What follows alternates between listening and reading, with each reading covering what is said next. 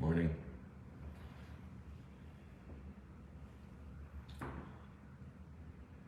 In any relationship, there's one who has to come first to the table.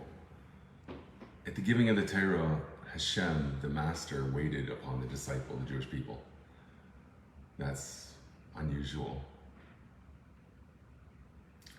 That's an unusual show of benevolence or reaching out. That is destined to be repeated, but not in just a temporary way where we could muff it up, but in a way that's permanent, because the world itself will have been affected. That's the miracle, in fact, that the world, which typically sought to hinder divine awareness, becomes the ultimate conduit for that awareness. So there's a reversal that makes people grounded in the physical world. They seem trapped here. But specifically there, that's where the greatest revelation of divine sovereignty will be. So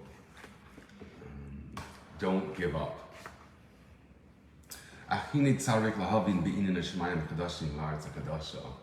So the Alter Rebbe continues in Terah that regards to the idea of a renewal, an innovation in the heavens and earth, a recreation, welcome. The world is going to be not only the heavens are going to experience renewal, but the earth itself is going to be renewed. If this is something that simply comes as a divine initiative to give benefit and victory to his creation, if it's just from Hashem's account, Zehu perish asher ani Isa, and that's the meaning when we say that he's going to make, he's the one that's going to do it. It's not going to be anything dependent on our efforts. It's a renewal that is just a promise of the way things are going to go. Therefore, how can you have this polarity that we just described, the earth that yearns for rain from the heavens? It's still going to be an earth, albeit new. So you're going to have a new earth, but it still means the whole idea is to yearn and desire to run. The earth runs. Meloshin rats, canal. And in the future time, there is not any concept of the idea of exertion or even yearning, because there's nothing that's unattainable. Thank you. Welcome. It doesn't even show me that you're here. But a thumbs up always helps the cause. There's not going to be any more room for what you need to do to deserve anything. The Kamesha Kosta V'lecha era. Delay Shayach B'china Zuba Gilui Shel Mayla Shu B'china Sasher Nyaisa.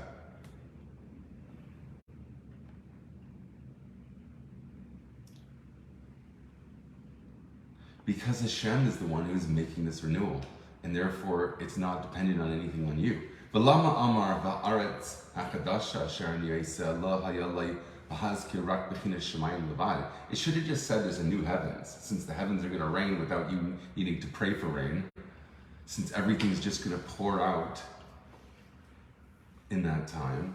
Just talk about the new heavens and what's the significance of a new earth. There won't be the earthiness of yearning, because everything will be about receiving.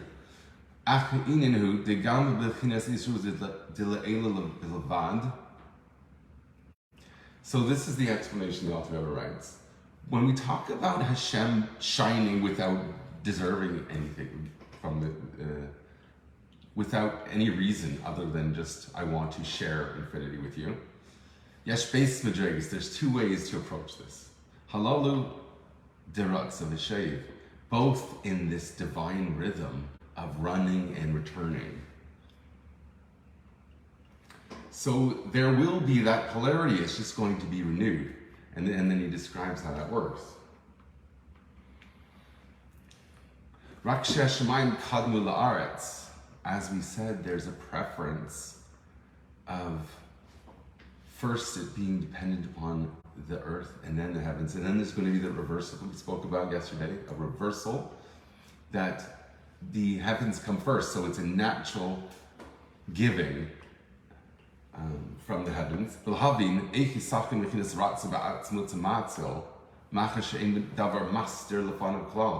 How could we say that if you're going to enter a world where God makes that world new, how can you still have the idea of an earth? There still is going to be an earth. Why don't we just say, like the Rambam writes, that everything's just going to be the ultimate, after we are back into souls and bodies, after that you're going to go back to heaven where it's the ultimate. But Hasidus is consistent in preferring the approach of Ramban as opposed to the Rambam, that the ultimate stage is in fact the earth incarnating in a body is the ultimate, and that's the eternal reward. So how are we going to have an earth when it's Hashem only the one that's given, and you're going to have an Aretz, which is a Ratzai? There cannot be any initiative from below at that point. To understand this, we're going to give an analogy.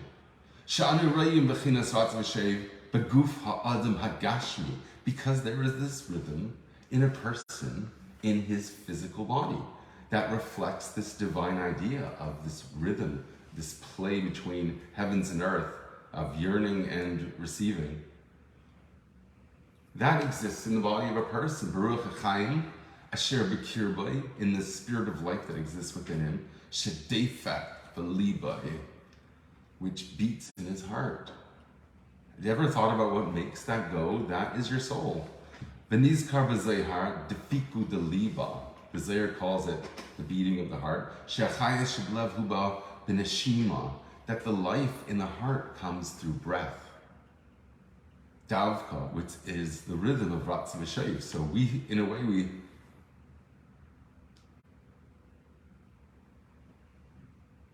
v'espashtus v'estalkus, spreading out and withdrawing. V'ken chayzer chalilo, and this is an ongoing rhythm. Shemispashet v'chayzer mistalek. It expands and removes itself. V'chayzer mispashet v'dafek, and that spiritual rhythm drives the beating of a person's heart. Shabiyad, like someone banging on a door. Shachayas nimshak mispashet v'chayzer, that he extends a rhythm, knock, and he withdraws. Mistalek v'chayzer mispashet, it's knocking on a door. V'ken hu mamish b'tfiko deliba, that's exactly the way the beating of the heart is. You're knocking on a door. I've never understood that before. Shehu inyan hispashtus sharuch ha'chaim shebelev. That is this life-giving force that comes from your heart. V'hainu mamish k'mei b'chinas ratza v'shev, exactly reflecting this divine racing and settling. Ratza v'shev. V'nimsa ratza v'shev. This exact rhythm exists in your body. So you see the Alter Rebbe is connecting. He's making this visceral in the sense that it has to exist on all dimensions. The spiritual world has this rhythm that they're all dancing to. The physical body needs to acquire that. And that's the promise, that it will acquire that.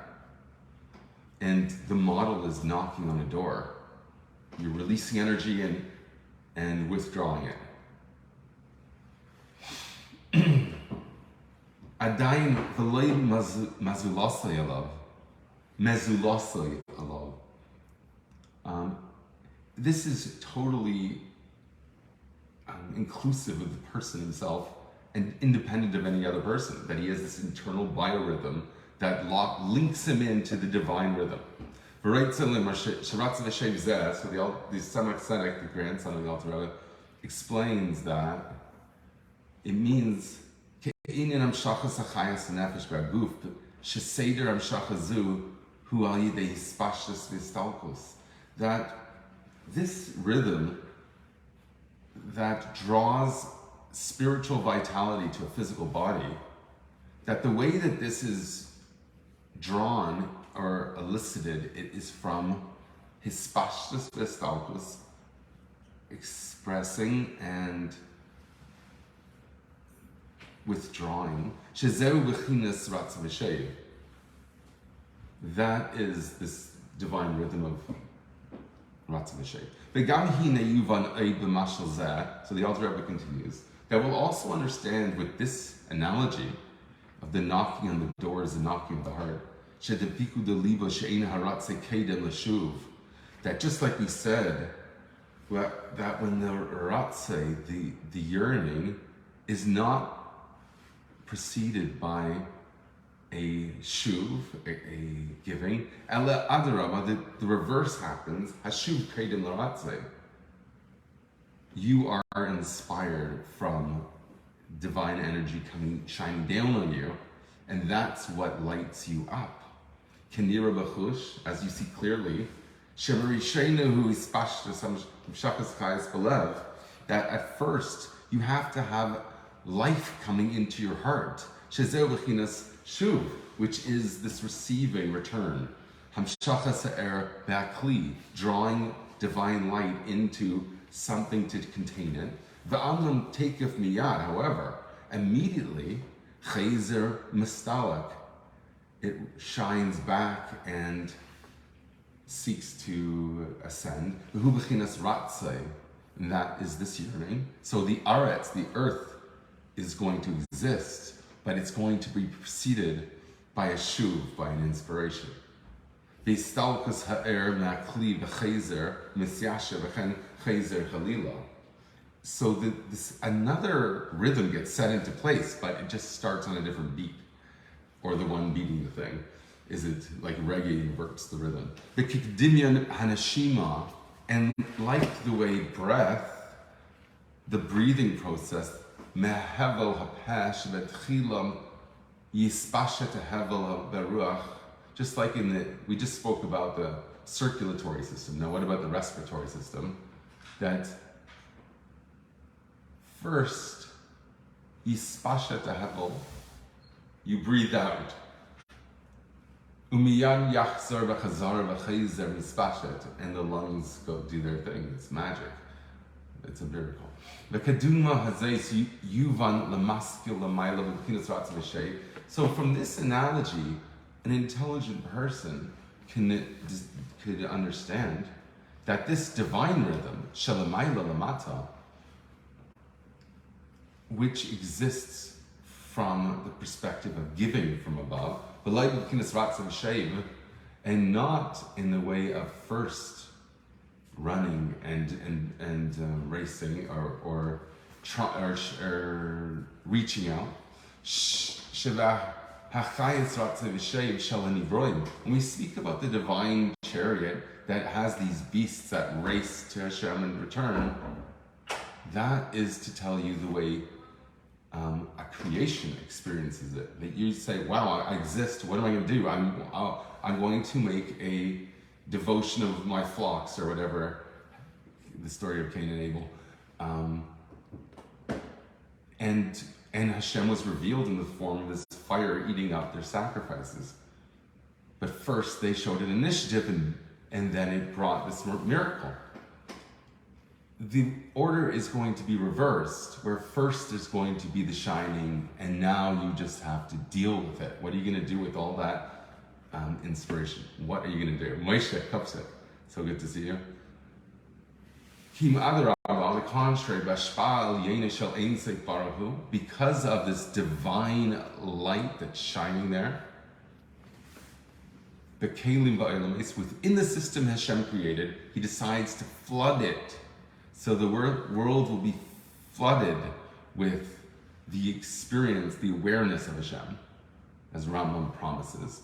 V'gam afilu mamash Bereshis, Mereshis Hamshacha, and even from the way the world was created in its very origin, It's a means to give, to become something that is going to allow the new heavens and earth to exist and then to be renewed, because the polarities are reversed. You don't have to now devote yourself and show anything. You've already had that opportunity, and now it's more this reciprocal, the evoked response of Hashem saying thank you.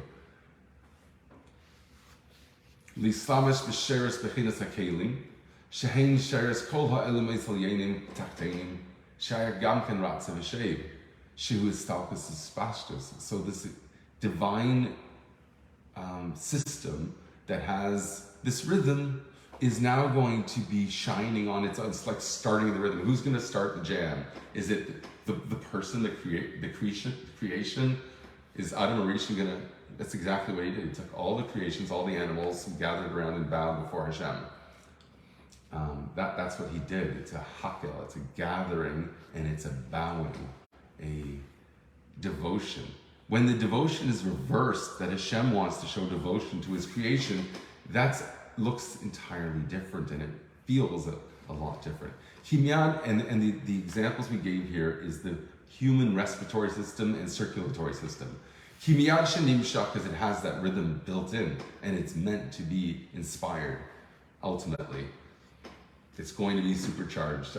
Your life force, you're going to be super invigorated, and that's going to not reflect back so much, but reflect back after a lot of light has been shone, a massive flooding of divine awareness. If you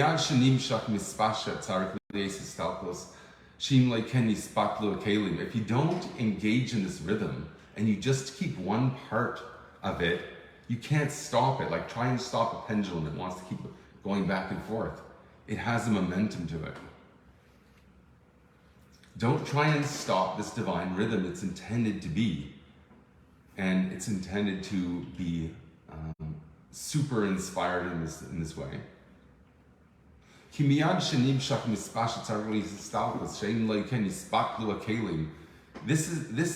system has to all chug along in the right way to follow the energy that's going. So there's this pulsing of divine energy that happens in the spiritual realm. The physical realm is meant to feel that and to reflect that.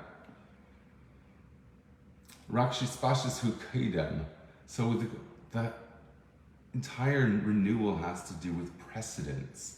Do you have to start the system, or is the system animated on its own because Hashem wants it to be?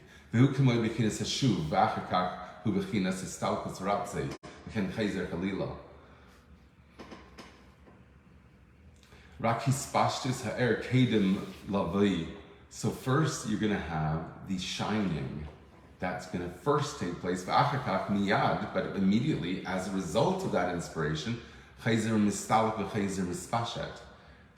soul reflects back and has this roots of this ratze, this desire. That's why it says in Shir Shirim that the voice of my beloved beats, the sound of he's knocking on the door. Romance there. When we say that the voice is calling, is knocking on the door, because a voice is a divine revelation that starts from above. If you have a calling, you're inspired from on high. That also has this idea of the precedence that happens in any rhythm. Who starts the rhythm? Is it your need to show devotion, or Hashem's desire to bestow benevolence? And in the Kabbalistic writings, this is called binary code, 0 and 1. Mati, you move. V'lei mati, you don't move. It's more than a pendulum going back and forth, but rather just like an SOS. Mati v'lei mati, she'er mati, that the light shines, mispashit, and extends, v'chayzer, and returns, mistalak, and departs, v'leimati, and it doesn't move. Shebechinas mati hu bechinas hispashis kedem lechinas leimati. That when we talk about this divine rhythm, the extending, the revealing that happens from above precedes. In Ratzav Eshev, it's reflective of the rhythm that the creation sets in motion. V'akol b'chinas elokus atzmai, and all of that is divine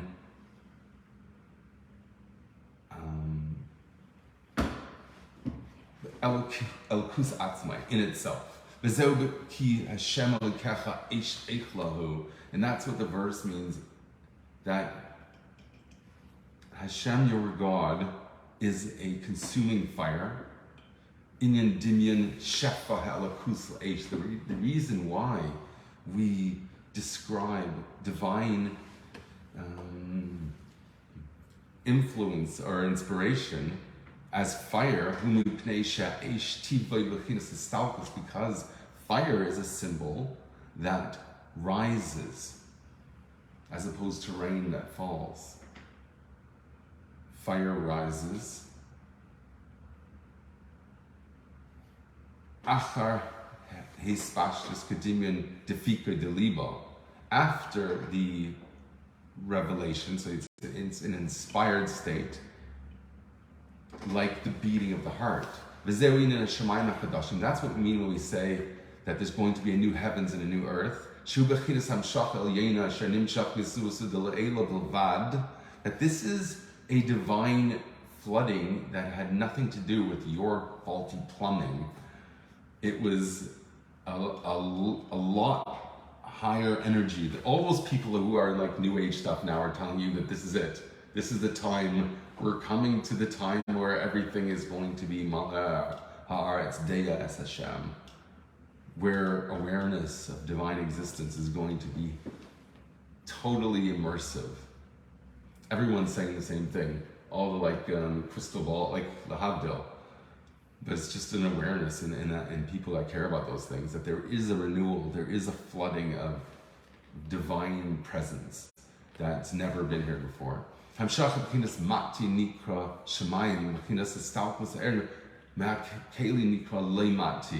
in these terms of the SOS, which starts with the light and the darkness, mati. First, it starts from above. You see the SOS coming at you, as opposed to a message in a bottle. Zeu bechinas aretz malashon ratzai. So there is going to be an earth. V'lachen kan kadem shemayim la'aretz. And therefore here you have the heavens coming first in order before the earth. B'yais bechinas mati kadem, because it's reflecting this sort of more in the ultimate divine rhythm, where it starts from above. It's a top-down rhythm. Whereas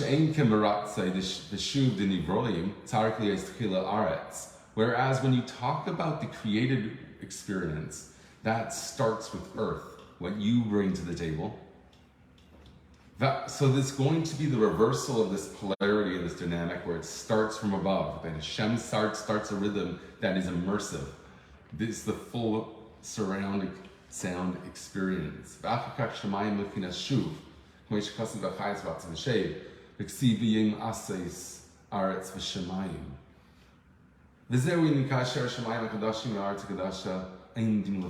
says that these new heavens and earth stand before me. Lefanai daika, meaning specifically before me, meaning that it affects the most deep part of one's experience. And something that you could never reach from your capacity as a mortal person. You can never achieve such an incredible divine experience simply because it's boundless. And that's the promise that will stand amongst your descendants and your name. Perish Zarachem, meaning your descendants, Shimchem, and your name, Hu Bechinas Isur Silasata, is your initiative, Vamshacha, and the response that elicits from above. Hanim Shacha Yidei Isur Silasata, Kihine HaMitzvahs Nikra B'Shem Zriya. So all the mitzvahs you do throughout your life, you've planted all that. You've showed your work in the agricultural system, and Hashem makes this miracle, and then you have sprouts coming out of the ground. As it says, he plants righteousness or charity. And this causes the blossoming forth of salvation, Begilui Elkus, with this revelation of this immersive divine experience, Bibchinas Shai Nahirin, the 370 lights. The Shimchem Bibchinas Kabbalas El Malchus Shemayim. And when it says your name, that's whatever you sort of devoted yourself accepting the divine will. V'yas David Shem, as it says, King David made himself a name. He followed the code and represented it. V'hinei kfar mevur shebechinas shemayim aretz hakadoshim udilui mibchinas she'ein isur silasata magas Hashem klal shegilui zeh yelasu lavi. So this idea that what you can never reach is going to be your inheritance. V'im ken salkadaktach amina sham shach shaydei susat is lusat v'ter mitzvahs v'bchinas aretz v'shemayim shalanu ratz v'shay tia b'teila legamri. So you would think that the whole idea of what you can do, like you could do a mitzvah now, it says mitzvahs b'teilas lasalavay. Mitzvahs were going to be nullified, but this is a different angle of looking at it, it seems. So, I mean, in terms of this havamina, this contrary consideration that the whole idea of you could do a mitzvah will be completely nullified because it's now about just receiving as opposed to doing anything. V'lezeh amar, so therefore it says, Ken yamid zaracha v'shimchem, so will your descendants and your name stand. Shegam b'china zu d'isur l'sat l'yisala, because also this whole idea of showing any devotion or initiative will seek its own ascendancy. It will reach its own 2.0. Liyes aimdim lefanai, to be in a way that says standing before Hashem, b'bchinas pnimius mamash, before the very face and in most inward state of divinity. K'may b'chinas shemayim hakadoshim v'aretz hakadosha, as we said about the new heavens and the new earth. V'k'may shekasav hinin yaskil avdi yaram benasa v'gava meid, and that's why it says about Mashiach that he will be exalted. He will, let's go each word because it's beautiful. Yaskil avdi, my servant will fathom. Yaram benasa, exalted and uplifted. V'gava meid, and very high. Tahainu avdi, that means to say, when he says avdi, my servant, hu bechinas isur l'sata, that's whatever Mashiach can do as like a mortal effort. If Mashiach is going to be this person that embodies this divine channeling, why is he referred to as Avdi, my servant? Because he will have his own initiative in this sense. Bechinas la'avda l'shamra, as the first man was enjoined with the mission to serve and protect, literally. That's like a divine coinage. To serve and protect. Doesn't it say that on like the police officer cards? To serve and protect. That's what Adam's mission was to do in the garden, to serve and l'shamra, guard it. Hine b'chinas zu mamash bis'ala that whole purpose that Adam was given, here you are in a garden now, served in the garden and guard the garden. That process where you have some role, it's not just you sitting back eating grapes for existence, there's a purpose still. The mitzvahs, in this sense, the Alter Rebbe is saying that it seems like mitzvahs will go on. They'll just be inspired in a way that is, wow.